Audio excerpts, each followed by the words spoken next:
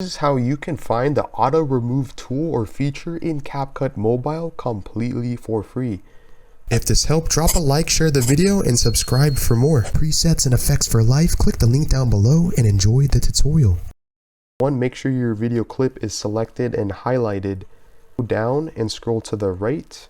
You see the option remove BG. In this case, the option is going to be next to basic and relight.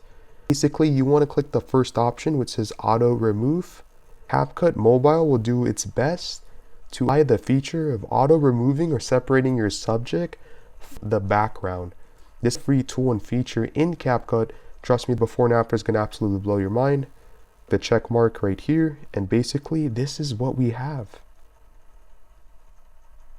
Notice that our subject is removed, or should I say this is the before, and this is the after, completely for free in Capcut Mobile.